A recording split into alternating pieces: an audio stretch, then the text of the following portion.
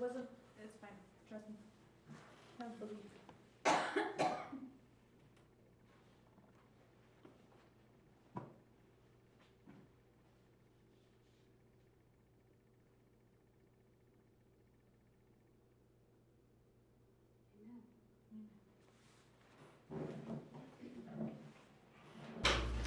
Okay, in 1989, a man from England named Nigel Oakes establishes the Behavioral Dynamics Working Group in London. He comes from a background of advertising and television, and the company that he worked for was an advertising agency, and engraved on the floor of their entrance to their building it says, "Nothing is impossible." And with combining his ability to do advertising and his television production has made him a very successful man in this data mining program. So in 1989, he establishes BDWG, Behavioral Dynamics Working Group. And then in 1990, he founds the Behavioral Dynamics Institute. And according to their website, it's a center of excellence for research and development into persuasion and social influence. And they use it on a global scale. So basically, he sets up this working group to analyze how information can change behavior. And then in 1990, he sets up an institution to put that research into practice. In 1992, he was being interviewed by a trade magazine in marketing, and this is his quote: "We use the same techniques as Aristotle and Hitler. We appeal to people on an emotional level to get them to agree on a functional level." And this is what we read from various doctors and scientists surveys, that they are seeing that these techniques of persuasion are based on emotion. So this is what he's developing with BDWG and BDI from 1989, 90, and forward. So we want to keep this quote in mind about the technique of Aristotle and Hitler, about the emotional to the functional. I'm going to paraphrase this next couple of paragraphs about what they had done in 1993. What they do is mostly clandestine, and strategic SEL, Strategic Communications Laboratory, works with countries worldwide, especially in war zones and countries that do not have a free media and press. And that's where they develop their psychological warfare. So they went to an exhibit called the Defense and Security International in 2005. They set up a booth and wanted to demonstrate what they were capable of doing to companies that were at that event.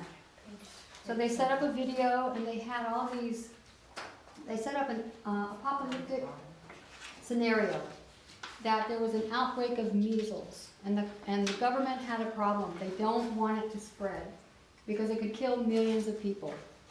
But how do you convince people to stay home?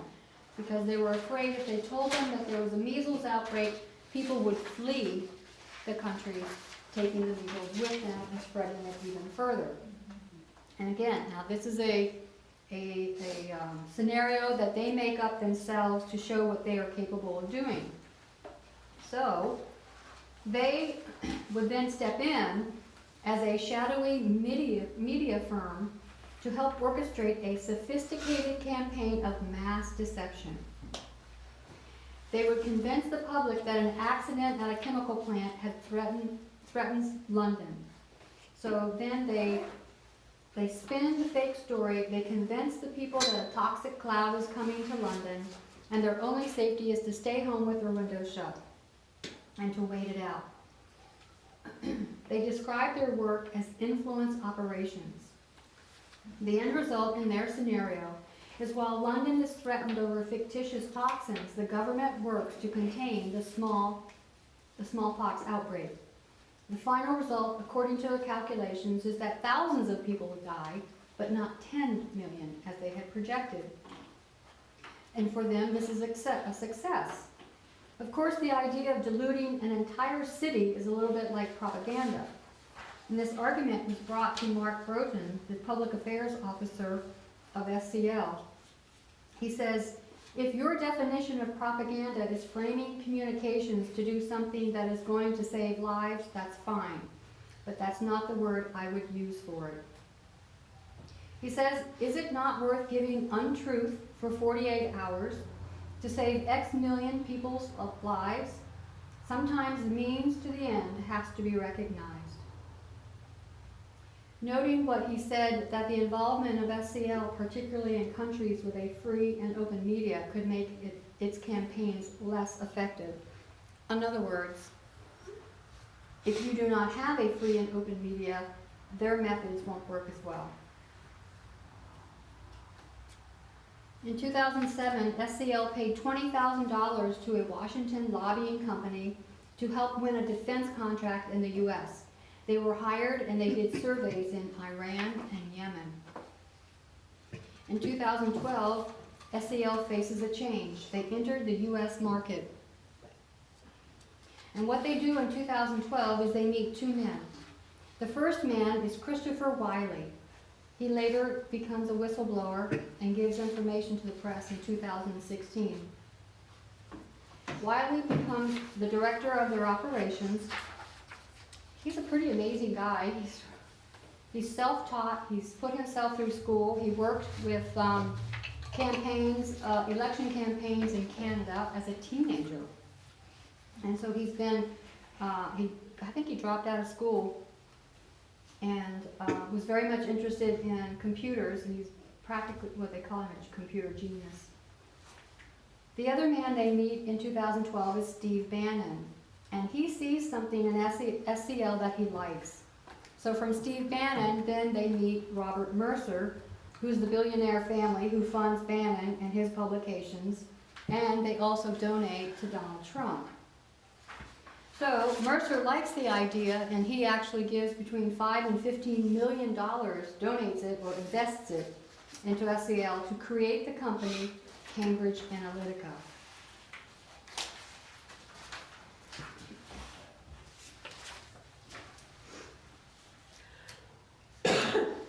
What is amazing and interesting about Cambridge Analytica is that what they did was basically the same thing that the government did. In fact, as far as using tools from access of information on citizens and use basically psychological warfare on the people of America during the election of 2016.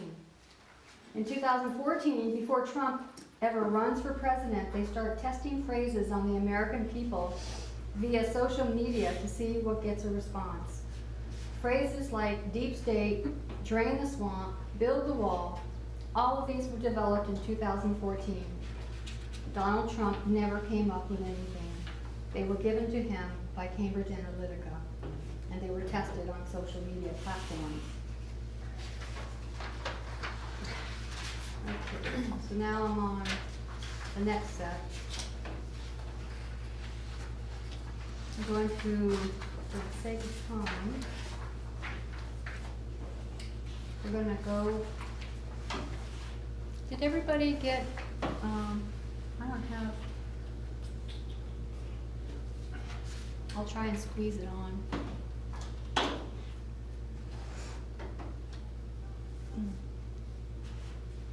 Okay.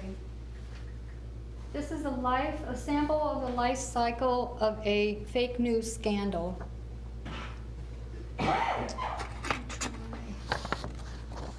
don't know if I can get it all on. You want to flip it over? You want to flip the board? Oh.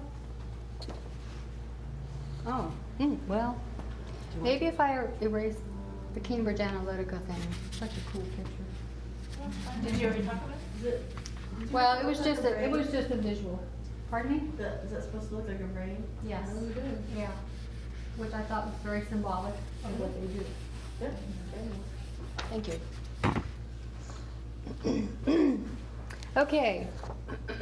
So on July 2nd, 2016, someone calling himself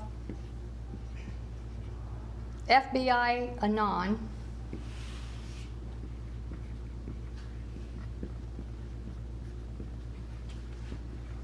who claimed to be a high-level analyst and strategist for the Bureau, hosted an Ask Me Anything forum on 4chan. I'll put that up here.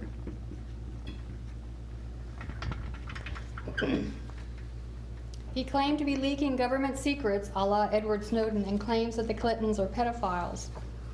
Fee Rant picks it up and says that he heard that New York City cops speaking their mind. He hosts a message board for New York City cops speaking their minds, and he picks up the post from FBI Anon. Then it goes to Fat Old Man,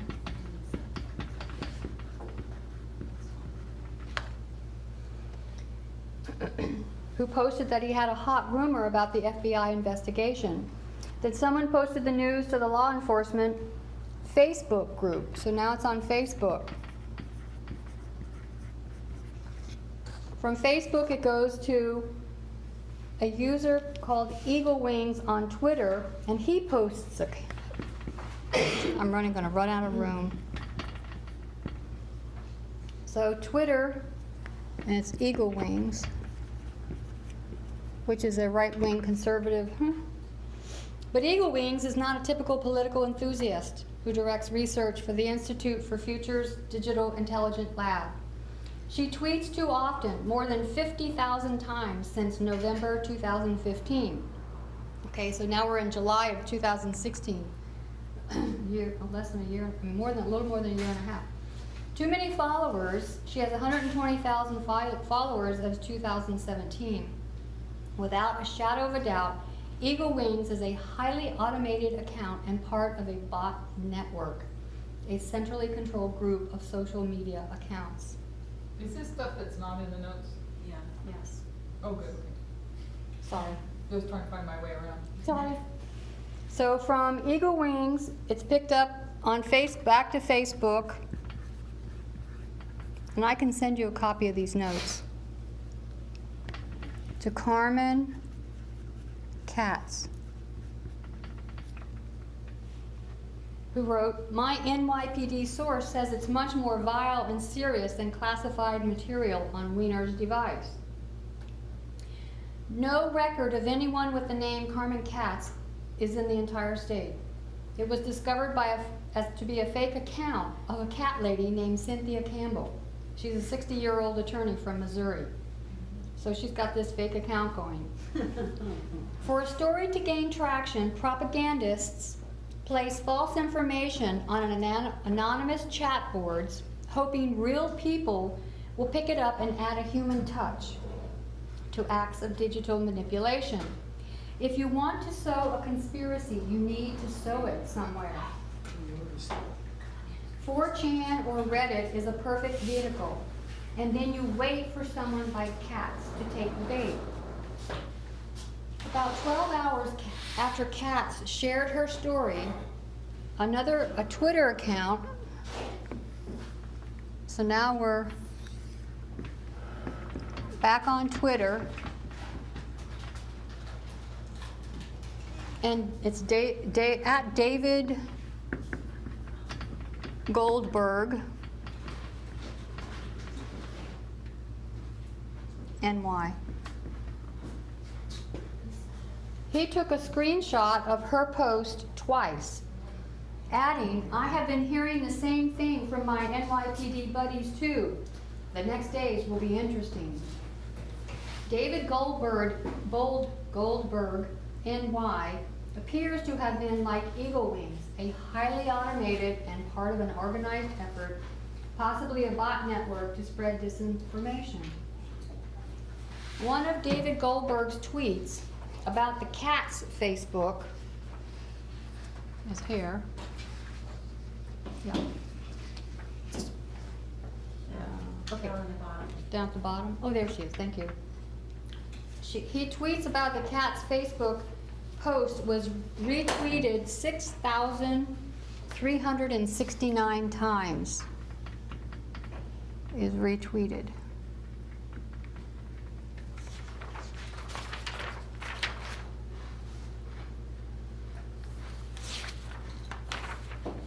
Okay, so Now, there have been 2,752 Twitter accounts linked to the Internet Research Agency, Russia.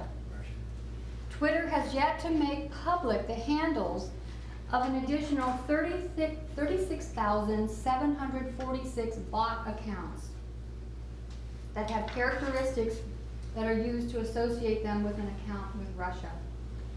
Pizzagate, which is what this is about, was shared roughly 1.4 million times by more than a quarter of a million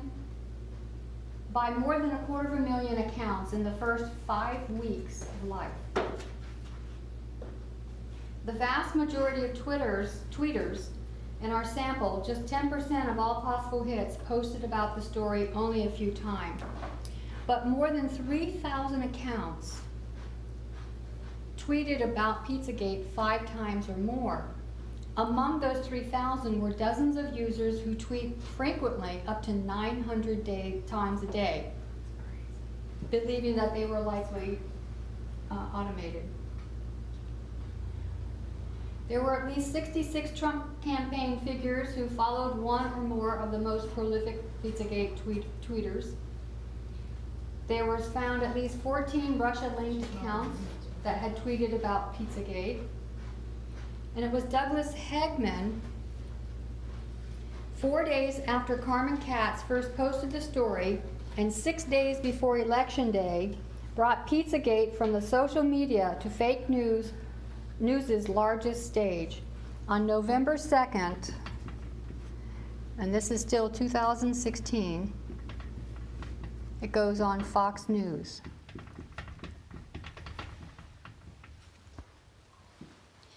Fox News has 7.7 million visitors to its website every month. On November 4th, Eric Prince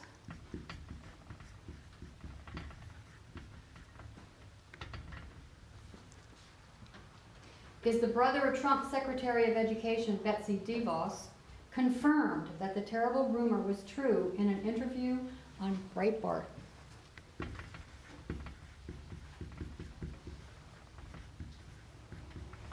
So it's gone from a deep state channel that hardly nobody knows about, and it's working its way through all the social media, and now it's made it into the Fox News, Breitbart. I mean, this is TV, this is the internet. Eric Prince is known as the founder of a private military company, Blackwater USA, whose mercenaries shot and killed 17 unarmed Iraqi civilians in Baghdad's Nisour Square in 2007.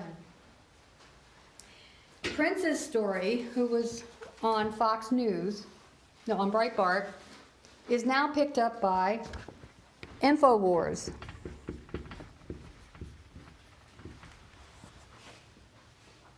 On the afternoon of November 4th. Jones did a video on his program that was watched more than 427,000 times, and Eric Prince's interview was shared another 81,000 times. On November 23rd,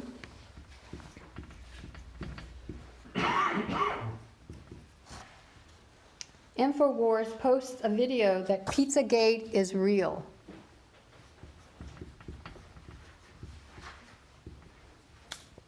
On November 27th, this is all leading up. On November 27th, he spent a half an hour explaining the story and saying something's being covered up. And then on December 1st,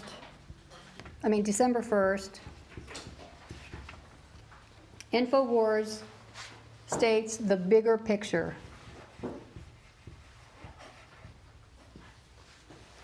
In North Carolina, Edgar Madison Welch was obsessively watching much of this coverage. On December 4th, so we go from July 2nd to December 4th, Edgar, armed with an AR-15 semi-automatic rifle, a .38 handgun, and a folding knife, strolled into a restaurant and headed toward the back, where children were playing ping pong. As waitstaff went table to table, whispering to customers to get out, Welch maneuvered into the restaurant's kitchen. He opened a lock and found cooking supplies. He whipped open another door and found an employee bringing in fresh pizza dough. Welch did not find any captive children. Comet Ping Pong does not even have a basement, but he did prove if there were any lingering doubts after the election that fake news has real consequences. By the evening, he was in solitary confinement in a Washington, D.C. jail. This shows this life cycle of this event. And what is this? July is 5 months. 5 months of intense activity on the main, because it made it into the mainstream of Facebook and Twitter, hit Fox, Breitbart, and InfoWars. So we're seeing, we have two streams of information we have to be able to discern. The next one in your notes is about the news, the real news of the Steele dossier. The Pizzagate one, that was about Hillary Clinton, right? The Clintons were, supposed to be pedophiles. Yeah. It was all over the news, I remember it. Okay, so here's our other contrast to this thing. And I think I can get it up on the board. I have some room up there. Okay, a British MI6 officer is an underground agent in Moscow from 1990 to 1993 during the fall of the Soviet Union. He's in the crowd when Boris Yeltsin climbs up on top of an army tank and condemns the coup that overthrew Gorbachev those 3 days. He leaves Russia in 1993, and he is a leader in the MI6 in the Russian department by 2006. His name is Christopher Steele. And we've all heard about that, him. The Steele dossier.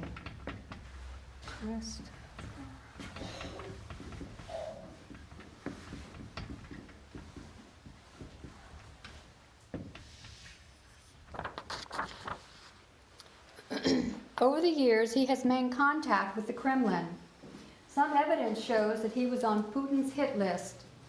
In 2010, he helps to uncover the FIFA scandal, major bribery and corruption case of a world football. Major people with rank and authority, presidents, are exposed, including Vladimir Putin. His cover is blown by no fault of his own, and he leaves MI6 and forms Orbis.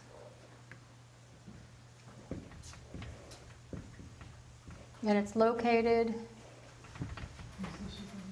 at 911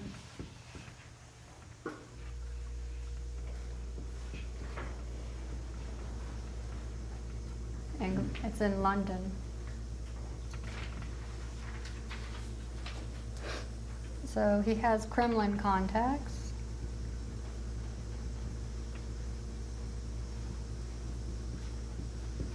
And he's an MI6 agent. He was employed by the Democratic National Convention to investigate Donald Trump and his connection with Russia. He writes the Steele dossier in 2010. He makes 2 allegations: collusion and blackmail.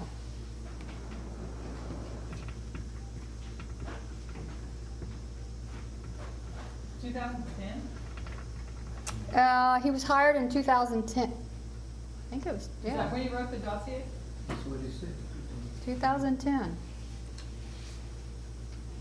I don't know if that's right now, because that's not, It's that's, the fifth bullet. pardon me? The fifth bullet says the dossier was 2010. Yeah, but I'm wondering if that's correct. Why wouldn't it be? 2010? 10. Because it says he did the investigation. Oh, wait a minute. It was way before. That far before, 2010, to make allegations It about can be collusion by Trump? 2010 because the And the woman in Russia, that was 2013. 13, Yeah. yeah. Well, do you? Maybe it's 2014. Can somebody, oh, we don't have internet. I have internet. Just, I have internet. But I have let me the look notes it pulled up on it. I have internet, I'll try. He wrote it, isn't it? He wrote the dossier, and then he was trying to find people who would take it for a while. But he makes allegations in it. Of collusion and Doesn't blackmail. say- Yeah, but that doesn't say that happened in 2010. that happened later. Oh. No, it does say it makes allegation, well, if we can find that, I'll try and find it. Thank you. So the FBI and CIA received the Steele dossier, but choose not to release it for fear the material would show bias, and they want it solidly proven first. Steele is frustrated with the U.S. and calls the major heads of internet browsers, Yahoo, Google, and other news medias. It was written from June to December 2016. 2016, okay. 6 could have looked like a That makes 0. more sense. Yeah, that does make more sense. Okay, thank you. And the 6 could have looked like a 0. Yeah. Okay. So he's doing this for the DNC, but he actually gives a copy to the FBI and the CIA. But they choose not to release it because they don't want to show bias. And so the FBI, CIA, and Obama sit on it during the last months of the election. Steele is frustrated and he goes to the major heads of internet browsers. He gives them the dossier. He says, it's yours, do what you want. Most are afraid to release it. Only BuzzFeed releases it and goes through so-called, quote, fake news media. So not all media is the same. And we see the difference between these two stories. And it's not about Democrat or Republican. Mueller is a Republican. Comey is a Republican. What's his name? Rosenstein is a Republican. We can admire these men for what they did, especially when it came down here to restrain Bush and the secret directive, the program. But they had a role to play, and they played it prophetically. But it doesn't mean that everything about them is correct in their life. So we definitely have these two streams of information starting in 2014.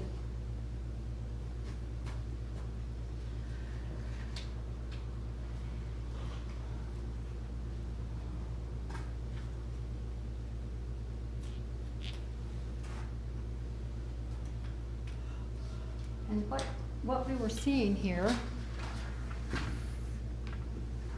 in your notes, you can see how we have the two streams.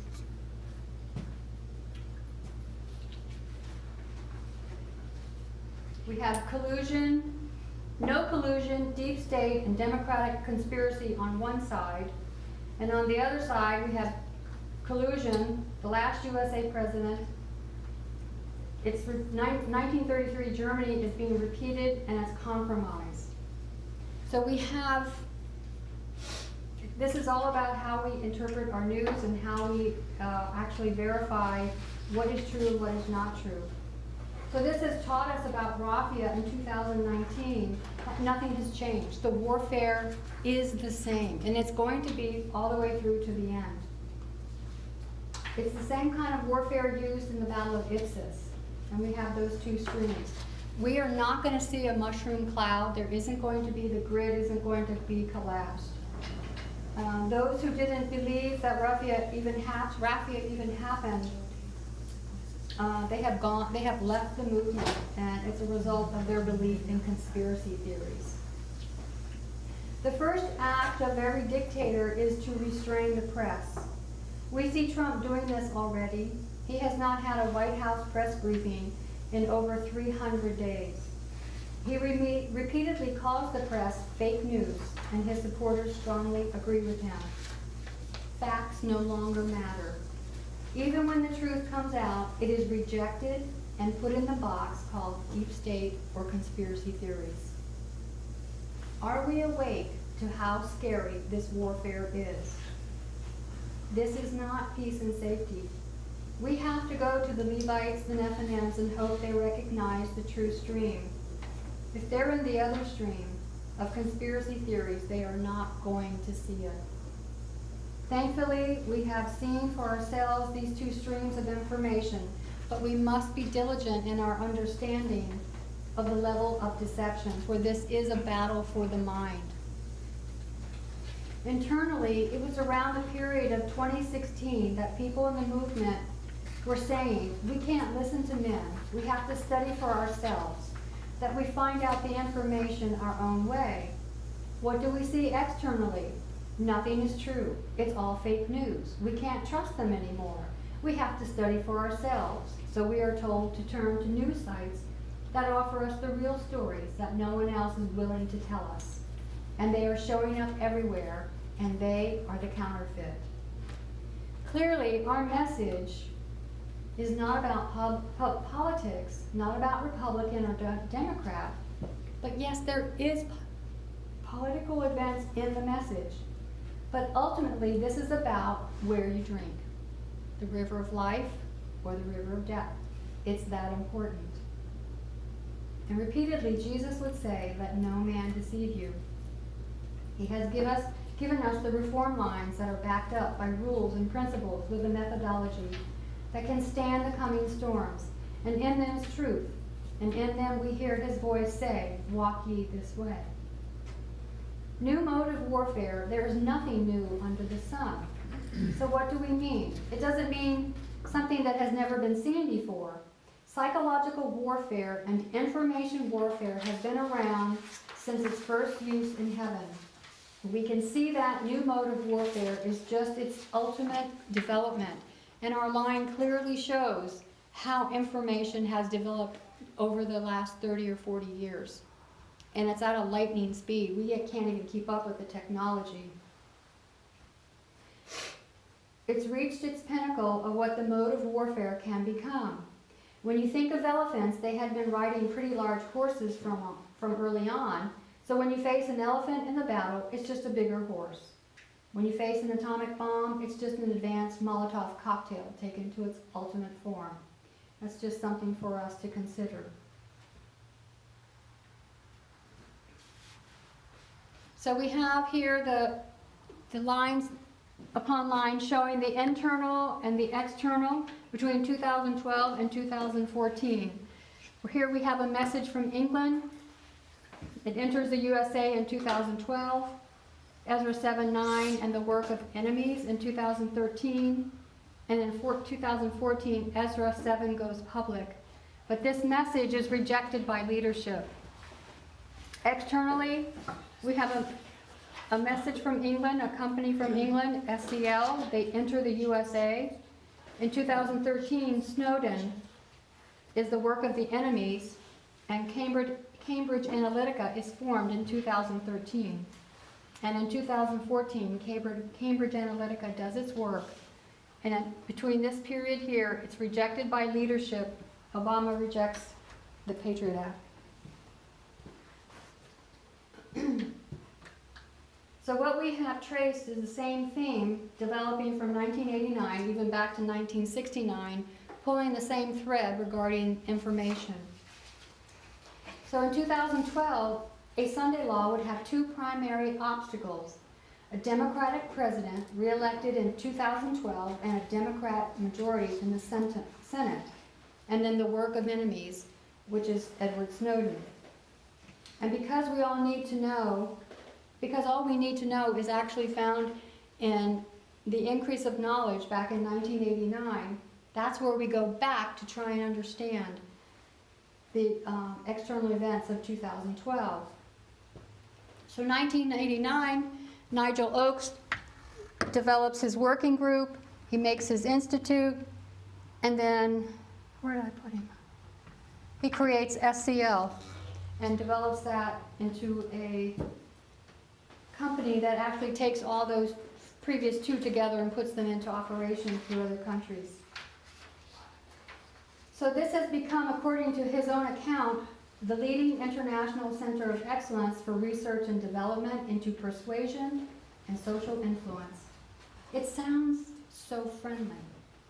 It sounds nice. Persuasion. I mean, it's social influence. How do we know? But it's really like a... Sinister.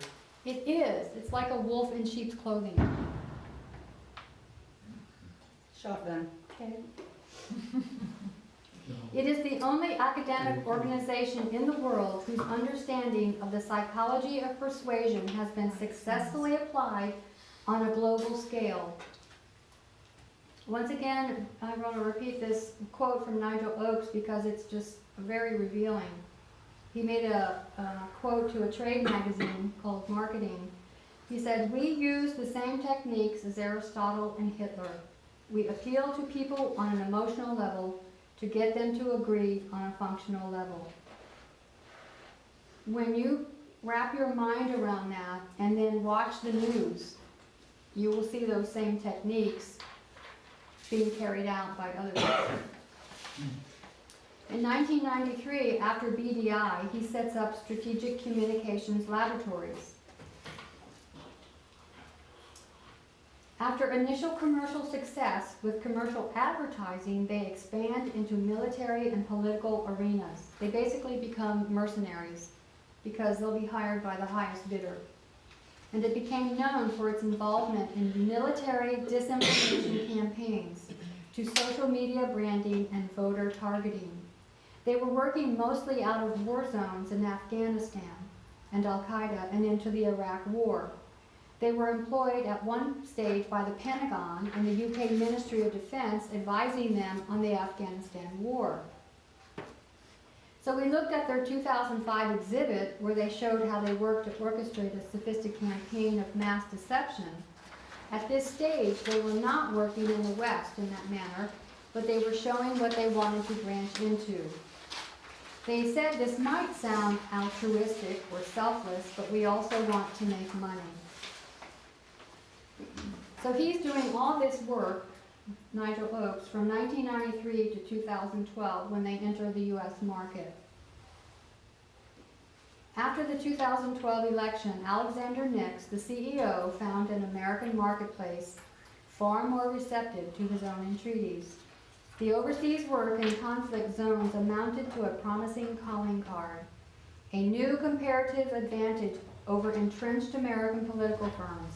He said, "This is really trying to use psychology to understand why hostile audiences do what they do, and to use this methodology to deconstruct that behavior, and then use communication to try and change attitudes and ultimately behavior." I think that's a very succinct definition and explanation of what they do. And even they themselves have methodology. 45 thinking. That's why we can't change their minds, because it's based on emotion. And emotion is connected to who you are. Mhm. So if you attack that which they're emotionally attached to, they think you're attacking them. Exactly. And then they have a victim complex attitude. They're trying to take away my rights, Right. my Christian rights. The Republicans have been left behind, Nix later said. By the time Romney lost in 2012, there was a vacuum. So that was our commercial opportunity. In 2013, we've seen two people enter the SCL scene, Christopher Wiley and Steve Bannon. So Wiley, as I told you earlier, has gone through and put himself through classes to learn more and more about computers and coding. He worked in various campaigns in England and Canada. He was hired by Nix at SCL and became a data scientist and their director of research. Steve Bannon, very interesting man. He has a particular political theory. It's not his own. It was taken from a book, and it's a message that he promulgates is that we are currently living in the fourth great turning in American history. He believes the first was the American Revolution, the second, the American Civil War, the third, the Depression of World War II, and the fourth is now, the very period we're living in. For a peek into his personality, he has said, "I would rather reign in hell than serve in heaven." He became President Trump's chief political strategist, and once he proudly declared, "I am Leninist." When questioned, "What do you mean by that?" he said, Lenin wanted to destroy the state, and that's my goal too. I want to bring everything crashing down and destroy all of today's establishment.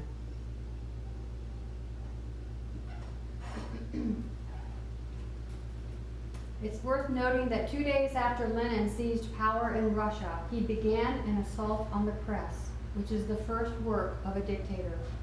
One of his first works was to censor them. Lenin described them as a weapon, no less dangerous than bombs or guns aimed at us. So why should we place it in our enemy's hands? So the first assault is on, quote, fake news. So how do you make sure America, if you're Steve Bannon, comes out on the right side of the fourth grade turning? Steve Bannon currently believes we are in a cultural and political war. He describes America as a war zone and has for quite some time. He says if you want to change politics, you first have to change culture. If you want to change culture, Christopher Wiley then told him, you need to first understand the units of culture, which are people. So you first have to change the individual, to change the culture, to change the politics. And how do you change people? It's all about the information you feed them. Steve Bannon quoted, there is a growing anti-establishment revolt against the permanent political class at home and the global elites that influence them, which impacts everyone from Lubbock, Texas to London, England. We look at London and Texas as two fronts in our current cultural and political war. The quote is worth noting because he says London and Texas. In London, it's the same SCL, Cambridge Analytica, who formed Aggregate IQ, who took over and won the Brexit for Yes campaign. Again, orchestrated by Steve Bannon through Aggregate IQ, Cambridge Analytica, and SCL, you can trace them back. So he has been involved in Brexit and this campaign, as they are the two fronts he sees in the current war zone. He has said that politics is war. So what Christopher Wiley said to him is that if you want to fight a culture war, where are your culture weapons? You have to have a weapon. And this is what Steve Bannon thought SCL could build for him. But you need money to do this. So in 2013, Alexander Nix, CEO, taking Director of Research Christopher Wiley with him, flew to the United States to meet Robert Mercer and his daughter, Rebecca Mercer, who is famously known as the First Lady of the Far Right. Now, Robert Mercer is an American computer scientist, was an early developer of AI research, and co-CEO of the hedge fund company Renaissance Technologies, which made him a billionaire in the early 1990s. So Mercer played a key role in the campaign for the UK to leave the EU by donating data analytic services to Nigel Farage. He has the exact same worldview as Steve Bannon. So what Alexander Nix does as the CEO, he sells the idea to Robert Mercer. It's important to note that SCL and Cambridge Analytica have no political affiliation, no political preference. The only thing they don't do is they don't work against England because most of their staff are English. So they do to the rest of the world what they won't do to England. And basically they're mercenaries for hire. The work they offered to do was to bring their idea of psychological profiling, everything that they had done in the war zones and had developed in the election campaign. So Robert Mercer, I should also note, is the main sponsor behind Breitbart News and InfoWars. And this is all happening in late 2013. So what they were bringing was the message of micro-targeting of voters, which isn't new, but they had new ideas of psychological profiling based on masses of personal data, which is new. So they are no longer targeting you as a voter, but as an individual and as a personality. They are targeting your personality. And to do that, they would need masses of personal data to build a psychological profile on as many individual American citizens as they can. And what has been said about some of their ads, they are so thorough in their ability to develop a psychological profile that they will make ads, campaigns, and send to your different accounts, Facebook, like you can have a targeted ad when you're on Google or Yahoo. That ad will target a fear that they have calculated, that you have, that you don't even know you have. And it could be a picture of a masked gunman peeking in through your window, or it could be a picture of your child, or a child being kidnapped. Some kind of a fear, Primal fear. thing, yes, thank you. And it elicits a reaction in you, and it gets into your mind, and it has an effect. So Mercer liked what SCL had, and he invested $15 million to form the company Cambridge Analytica, with the provision that it must be overseen by Steve Bannon. Steve Bannon quickly becomes the vice president of Cambridge Analytica, and everything is now done under his watch.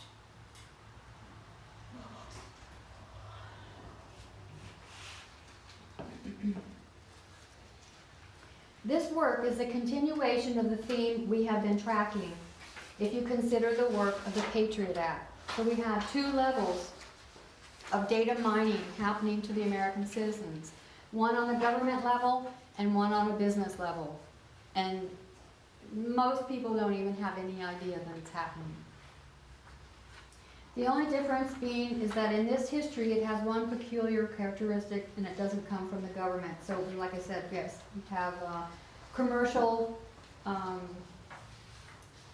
surveillance and then government surveillance. So to understand what they did in 2014, Christopher Wiley was their director of research. He then became the first of a few whistleblowers who have come forward. I think it's in 2016. Alexander Nix, the CEO and the face of the company, is considered a digital celebrity. If there's anything you want to watch about him, look up 2016 on YouTube. He is considered the online marketing rock star festival, where the heads of hundreds of marketing companies meet together. In 2017, he was the headline act. He was presenting what Cambridge Analytica can do, and at the very end, he references their campaign, and he says, if you want to see how good we are, one of the two candidates we are currently working for, and there's a vote in a couple of weeks, you'll see who wins. And of course, that was Donald Trump. In 2014, a man named Alexander Kogan developed an app that allowed Cambridge Analytica to collect the personal details of 80 million Facebook users. So if you consider what is happening under the Patriot Act, it's the extraction of personal data against your will and against your knowledge. What 2014 had for us under Cambridge Analytica was personal data extracted without your will, your permission, or knowledge. So Kogan develops this app. It allows them to collect the data of all these millions of Facebook users. When the story comes out, Wiley's a little cautious because he wasn't sure of the exact number. He said 57 million, but later research showed it was 80 million. They gathered everything on Facebook that you liked, your private messages, your status update, everything. This data was then passed on to Cambridge Analytica, and the whole operation cost about $1 million. According to Christopher Wiley, they used this to create computer algorithms. And what they would do, having all these data points on a specific individual, they would pass it through algorithms to create a personality profile that broke down the mental and emotional vulnerabilities of these people. They don't want to find out what foods you like, what movies. It's your vulnerabilities. Where are your weaknesses? He said this was a method conducive to Steve Bannon's overall objective, which was a culture war. Quoting Christopher Wiley, "This is an information war. Social media is a battleground and you are the target. Your coworkers only see one side of you. Your family only sees one side of you. But a computer sees all sides of you." Cambridge Analytica is quite boastful, and before they were caught, they made claims of themselves that are difficult to believe, but they are true. One of the things they claimed, and they boasted of having 4,000 to 5,000 data points on 126 million Americans. Examples of data points would be things as what kind of car you drive, your home address, your age, food, what church you attend, your message, your tweets. They can buy that data if you have the right connections, fairly easy, especially if you don't mind using less than legal means. They had not only data scientists and psychologists working for them, but strategists, creative designers, videographers, photographers, etc., photographers. So they would find the personal weakness of a person and going by your 4,000 to 5,000 data points, pass it through an algorithm, find my deepest fears, and according to Alexander Nix, fears I don't know I even have, then they would create an ad that would target the emotional vulnerability. Then it would be sent out to my Facebook profile through the mail and any other means of access. This is not being done to a large group of the population. They are doing this in some cases individual by individual. So they would find out what kind of message you are susceptible to, including the topic, the tone, the content, how it's framed, what colors they should use, and its psychological effect. It had to be fear-based, values-based. And then they would calculate other things, such as how many times do you need to see this message in a slightly different way to touch you with that message and to change your thinking even just a little bit. Channel 4 News out of England started investigating this as an undercover investigation for about 4 months. They pretended to be, what they pretended to be was a foreign client wanting help in an upcoming election in Nigeria. He wanted to employ Cambridge Analytica to run his campaign. They wore secret cameras and met with Mark Turnbull and Alexander Nix. Mark Turnbull says, "The two fundamental human drivers when it comes to taking information on board effectively are hopes and fears. And many of those are unspoken or even unconscious. You didn't know that was a fear until you saw something that just evoked that reaction from you. And our job is to get it. It is to drop that bucket farther down the well than anybody else to understand whether those are really deep-seated underlying fears and concerns. It is no good fighting an election campaign on the facts. Actually, it is all about emotion." When intelligence information is gathered, Mark Turnbull said, "We have relationships and partnerships with special organizations that do that kind of work. You know who the opposition is, you know their secrets, and you know their tactics. There are various intelligence gathering organizations that operate very discreetly to find information like that. And this has to happen without anyone thinking, oh, that's propaganda. Because the moment you think it's propaganda, the next question is, who put it out? So we have to work very subtly." Alexander Nix said, "We are not only the largest, most significant political consultancy in the world, but we have the most established track record. Make a note that their track record is in developing countries. We are used to operating through different vehicles in the shadows." He continues to say, when asked about digging on opponents, "We do a lot more than that, but you know, equally effective can be just go and speak to the incumbent, offer them a deal that is too good to be true, and make sure that it is video recorded." And he continues to speak about entrapment and sending women to an opponent's house with hidden cameras, offering them a financial deal, etc. Mark Turnbull says, It sounds like a dreadful thing to say, but these are things that don't necessarily need to be true as long as they're believed. Alexander Nick. So often we set up in a foreign country, if we are working, then we can set up fake IDs and websites. We can go in as students doing research projects attached to the university. We can be tourists. There are so many options we can look at. I have had a lot of experience of this. Make note how they can deny that they ever worked on the Brexit campaign, that they say they have no link with Aggregate IQ, which ran the Brexit campaign.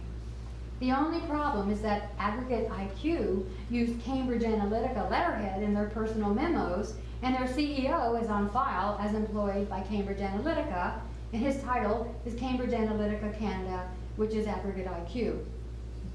So exactly what role do they play in Trump's election? They are doing something else in 2014. In December 8th of 2016, this is after he had already won, Donald Trump says the following. Funny how that term has caught on. I tell everyone that I hated this term. Somebody said to me to say, drain the swamp. I said, that is so hokey, so terrible. All right, I'm going to try it. So a month ago, I said, drain the swamp, and the place went crazy. I said, wow, what is this? And then I said, drain the swamp again. Then I started saying it like I meant it. Then I started loving it, and the place loved it. I mean, it's true, drain the swamp. He never came up with these phrases. Who gave them to him, the phrase drain the swamp in the first place? Christopher Wiley said in early 2014, Cambridge Analytica began testing these messages designed to tap into particular fears. And they are testing these on the American public. Immigration fears, anti-government sentiments, an affinity for strongman leaders.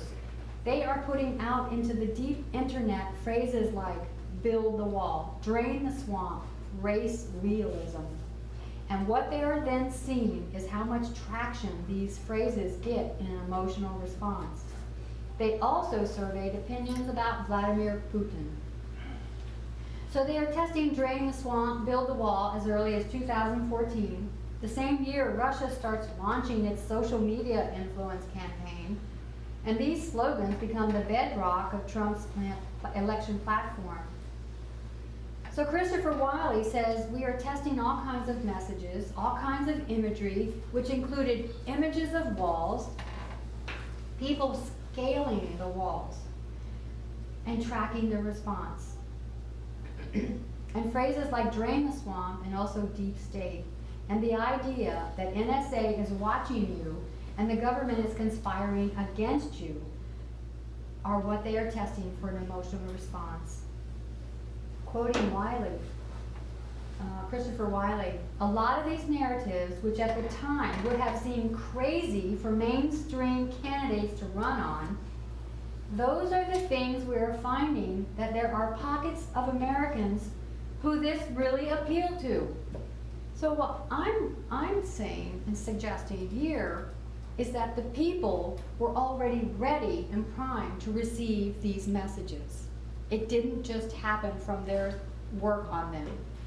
It takes a little bit more time. And I think this past history leading, just like the information war was progressive, I mean the information age is progressive and gaining, the political events that happened in this era, and especially the 2008-2009 financial crisis, people were angry.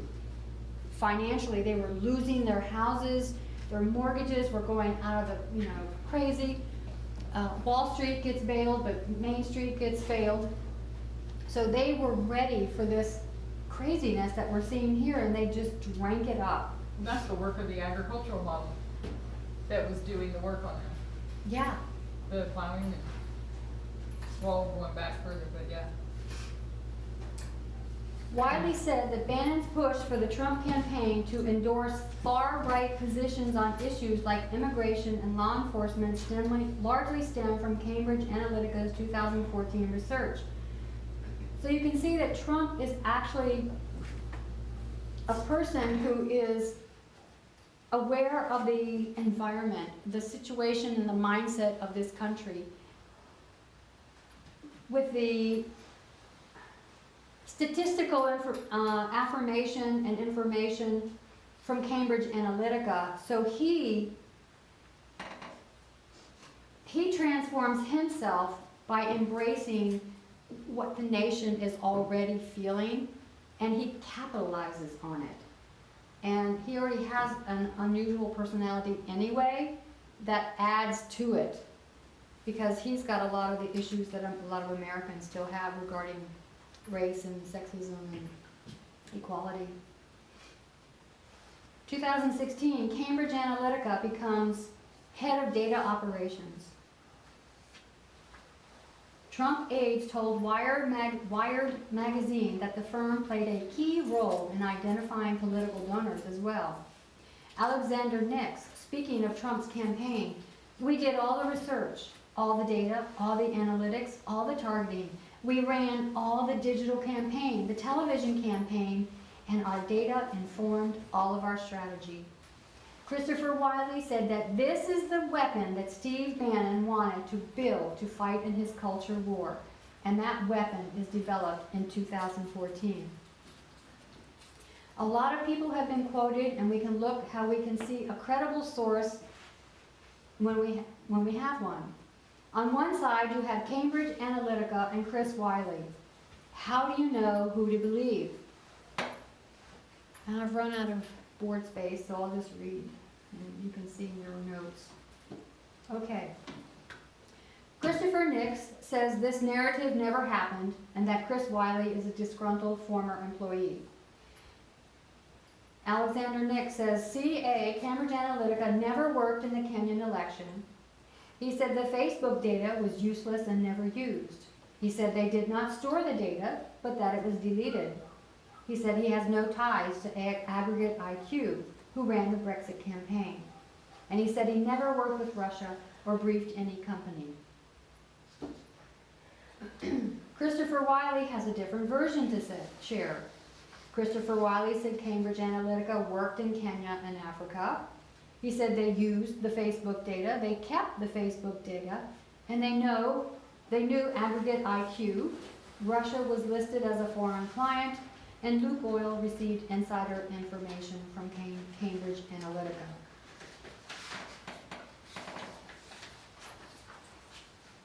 So you have direct contradictions between Chris Wiley and Alexander Nix, and Chris Wiley has all the documentation to prove everything he says. And we also have, then, if you just go on the internet, you can find all the facts that will contradict what Alexander Nix said. You can find it for yourself.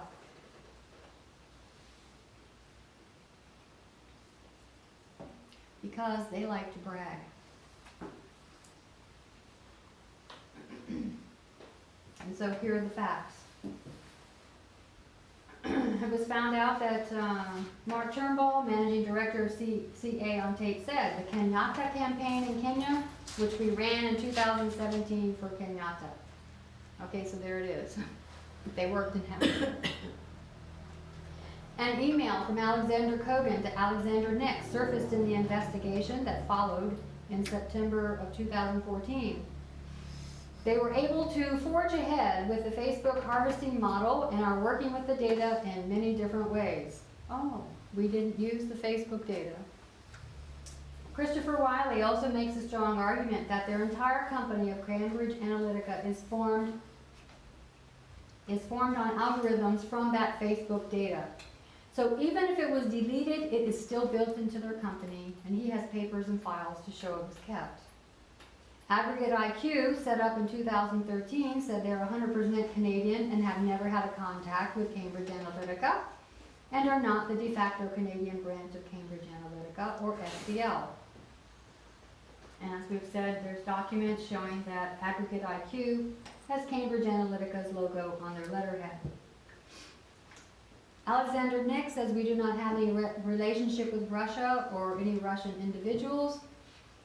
A set of slides developed by Cambridge Analytica showing election tactics in Africa have been seen that they were prepared to give a demonstration given to Luke Oil. A client map on SEL on their website has Russia highlighted as a client.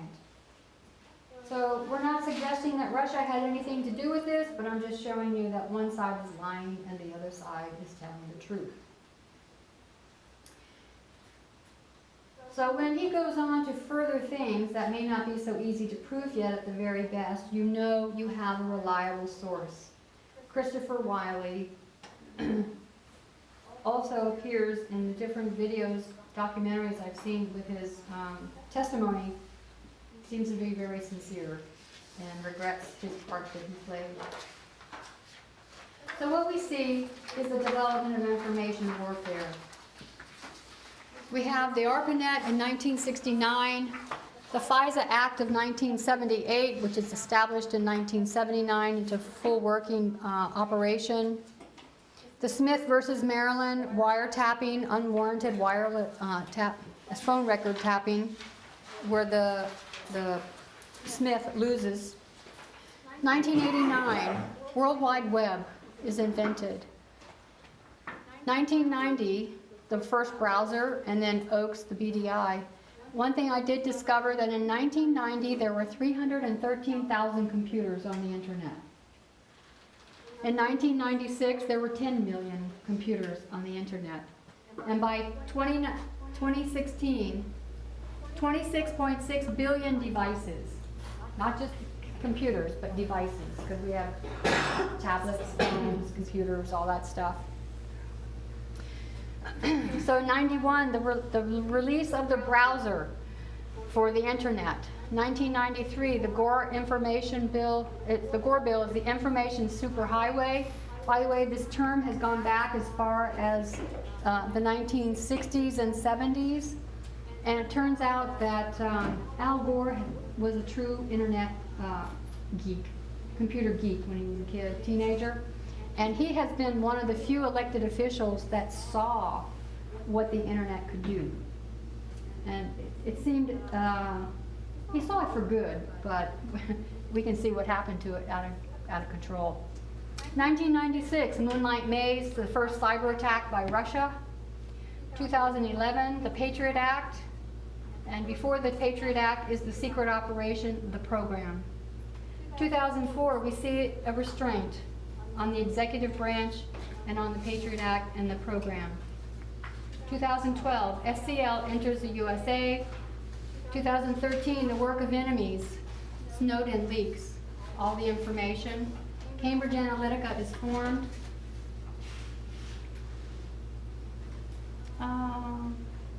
This doesn't go there. 2015, the Freedom Act. USA Freedom Act passed, which does,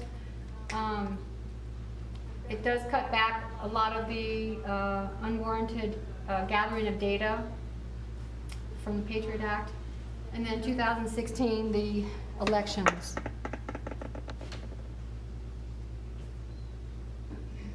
So the Freedom Act is basically the Patriot Act 2.0. It has made the FISA court less secretive, and the attorney is now allowed in the proceedings. Also now, if you are, you can now be informed of any information that has been requested of you. There's no more gag order. Internally, the message enters the United States. We have rejection by the leadership, the work of the enemies in 2013. And 2014 is successfully is midnight for us regardless of these influences. Externally, a message comes from England and enters the market in 2012. 2013, Cambridge Analytica is formed. In 2014, it does its work. It builds a culture weapon. And basically, Cambridge Analytica weaponizes social media using similar methods of data gathering as the Patriot Act and used in 2016. And all of this was a setup for the 2016 election. 1996 was a testing ground, and 2014 was a testing ground, all leading up to the 2016 election. Let's close with a prayer.